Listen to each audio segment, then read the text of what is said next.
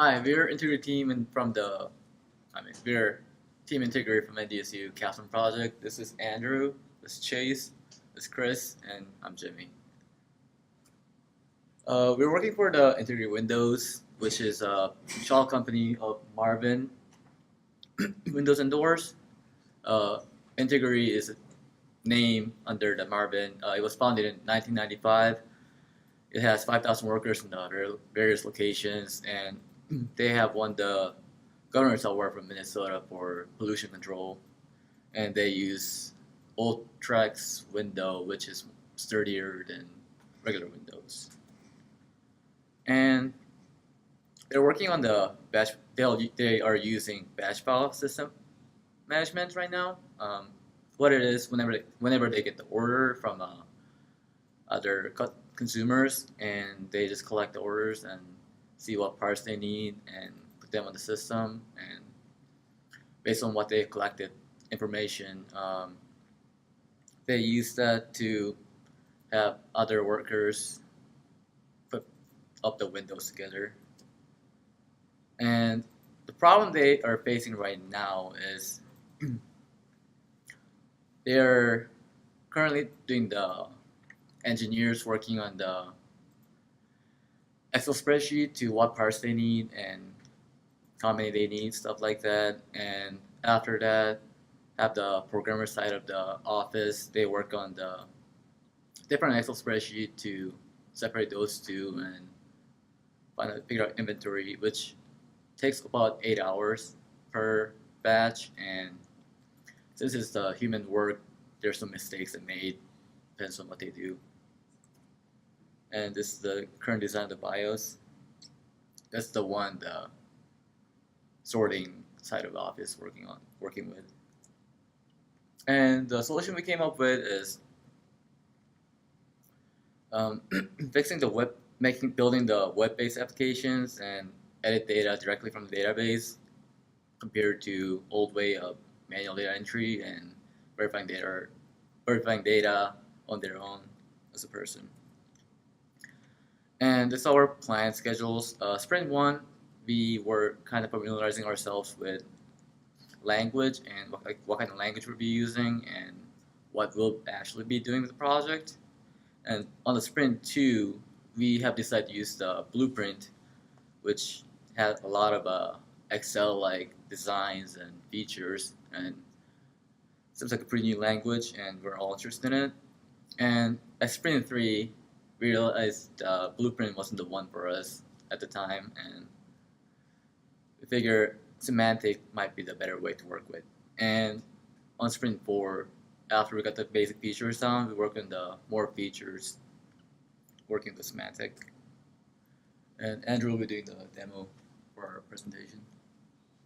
Alright, so here's what we were able to work on. So throughout the project, one of our main goals was to focus on the users and make it easier for them to enter in the data and kind of manage it. With that, we had started off with about 12 tables.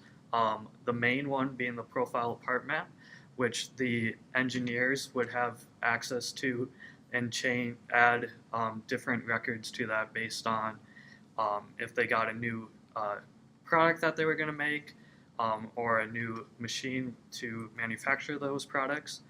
They would have to enter in the changes into the spreadsheet, like Jimmy said. And so we made a web application, making it a little bit easier for them to do that. So one of the focuses was the kind of display. So up top here we have kind of the engineering tables, which are going to be, the engineers can edit, and then we have a toggle display with these each of these columns. There are going to be a bunch of just null entries. So to keep it from becoming too long, we hid some of the columns so it makes it easier to look at. So now if we toggle it, we see a bunch or more columns that show up that are null, and aren't really relevant in most circumstances. And then we also put in the feature where we're able to filter which producing center inventory center you look at. So you're able to go and it'll sort the database or filter the database based on what inventory center and then also the producing location. So, and then one of the initial goals was to have the engineers be able to enter in multiple data points at the same time. With Semantic, we weren't able to kind of just click and drag and highlight a bunch of rows at the same time. So with that, we implemented a multi-select toggle switch, which you'd be able to toggle and select multiple rows. Then to make it easier for part entry and to eliminate more errors, we implemented drop downs in most of the columns that we're able to select and change the columns. And then with that, we implemented a save button, which saves it to the database. So let me just make sure, get one that's, so this one will be, I'll change a couple of these here to header. So if I save it, we have 283 and 284 set to header, which when we toggle, it's still there. The reload will revert render from the database any unsaved changes. So now that those are saved, it won't do anything. However, if I change it again, linear, and then reload, it goes back to what's saved in the database. With having so many options, we were running into a problem with Semantic crashing when we got farther down. With Blueprint, we were having a problem with it crashing like that. With Semantic, we were able to implement a pagination, kind of just generic pagination on the bottom of the table, and we implemented a text box where you're able to search certain files, and it'll jump to that page. Now I'll have Chase and Chris kind of talk over the risk and issues and what the future of the project has. Oh, actually, sorry, one other feature, very important. On the sidebar here, we have all of the reference tables for that is called upon based on the profile part map. So with that, we can go to those tables, and these ones are still rendering in Blueprint. With the switch, we really focused on the profile part map to get a more kind of show the capabilities of that, and is just better use of our focus. With the Blueprint, you can see that it has more of an Excel type feel to it. And I'll hand it off to Chris and Chase.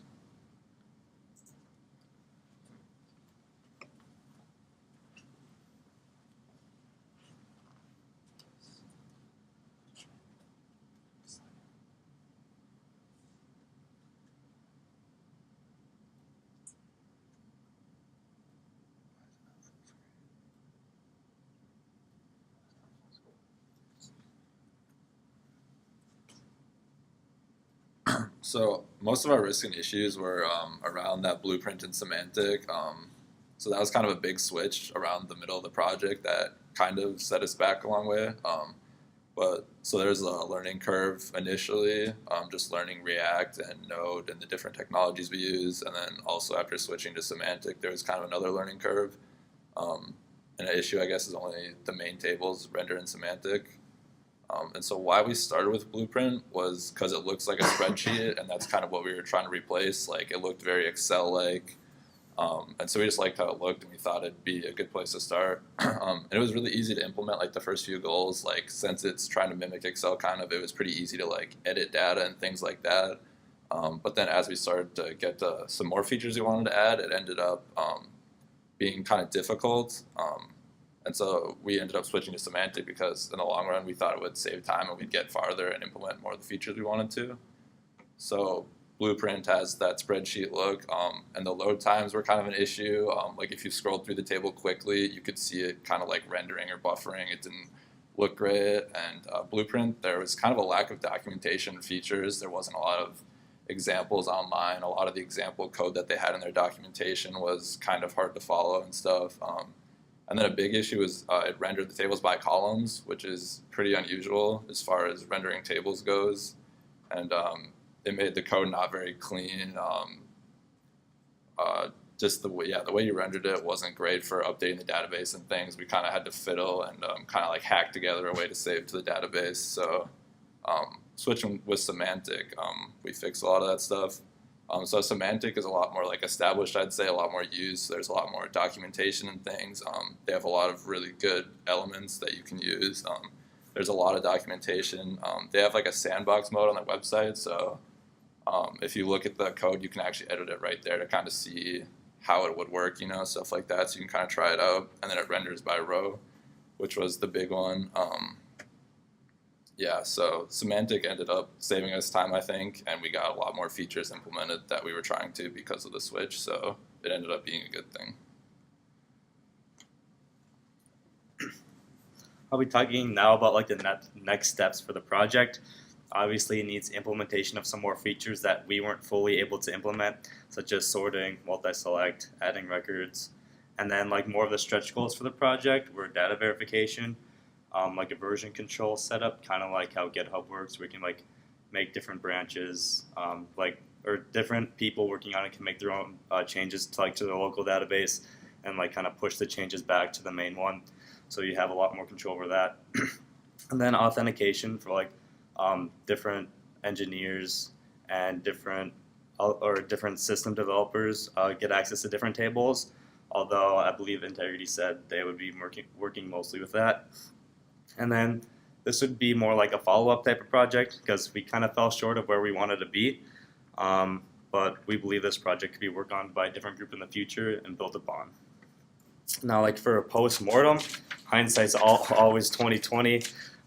We weren't all really familiar with the languages or frameworks before, and that was a little bit of an issue. But like in a normal job setting, that wouldn't be too much of an issue since you work all day, and that's your whole job. But as full-time college students with part-time jobs, it was a little bit hard to learn all of this for the project, although we were able to be familiar with it by the end, and that was pretty nice. More related to the projects,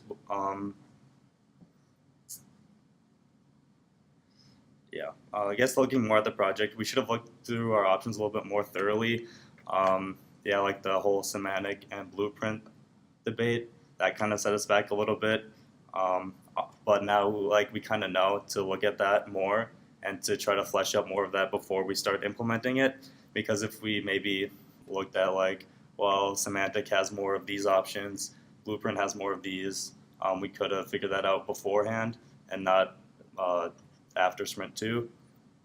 And then also having regular meetings, that was a little bit hard for us to set up. And we mostly did individual work and then group met like on a need by cases. But we probably realized that having like a set time every week to meet like outside of class would have been pretty helpful. But overall, it's a good learning experience. We got to see like what it's like to actually work at a job and what it's like to be in a different environment, because a lot of the school projects you do, they handhold you like the whole way. Like they teach you how to do everything, but this we're just kind of thrown into it, and that was a pretty good experience because I think that's what most jobs do nowadays. Is you're familiar with something, but they throw you into something else, and you kind of learn along the way. And now we have more experience with that.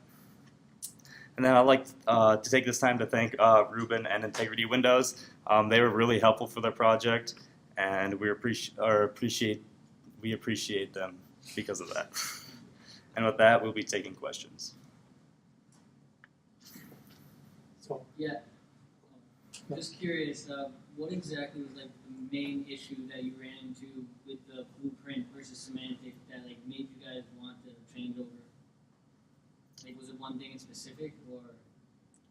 I think a big part of it was, well, like with Blueprint, we were like actually like entering the cells and like typing in the data, and with the new semantic one, you saw that we had drop downs and things like that.